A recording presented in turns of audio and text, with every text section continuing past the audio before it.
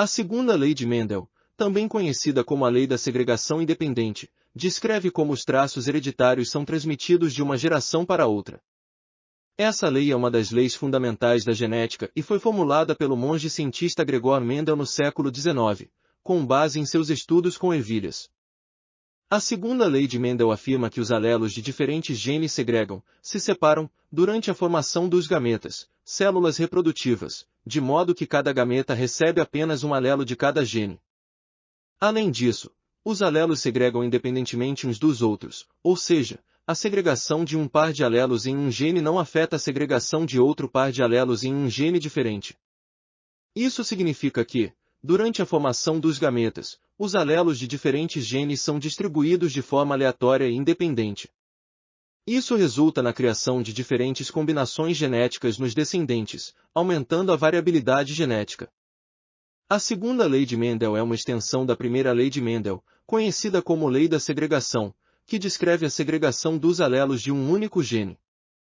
Juntas, essas duas leis explicam a herança dos traços e são fundamentais para a compreensão da genética básica.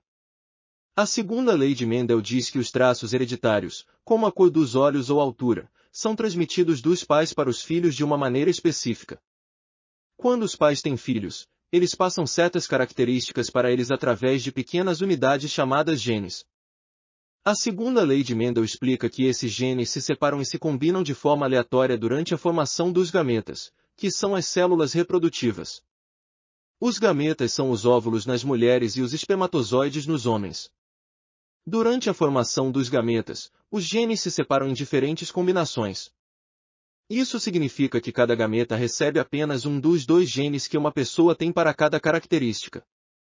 Por exemplo, se alguém tem um gene para olhos azuis e um gene para olhos castanhos, os gametas podem receber apenas um desses genes. O importante é que os genes se separam de forma independente uns dos outros. Isso significa que a separação de um gene não afeta a separação de outro gene. Por exemplo, o gene para a cor dos olhos não tem influência sobre o gene para a altura. Essa separação independente dos genes durante a formação dos gametas é o que cria diferentes combinações genéticas nos filhos.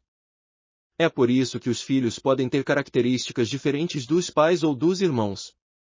A segunda lei de Mendel é muito importante porque nos ajuda a entender como os traços são herdados e por que há tanta variedade em uma espécie. Ela também nos ajuda a explicar por que algumas características podem pular uma geração e aparecer em netos, por exemplo.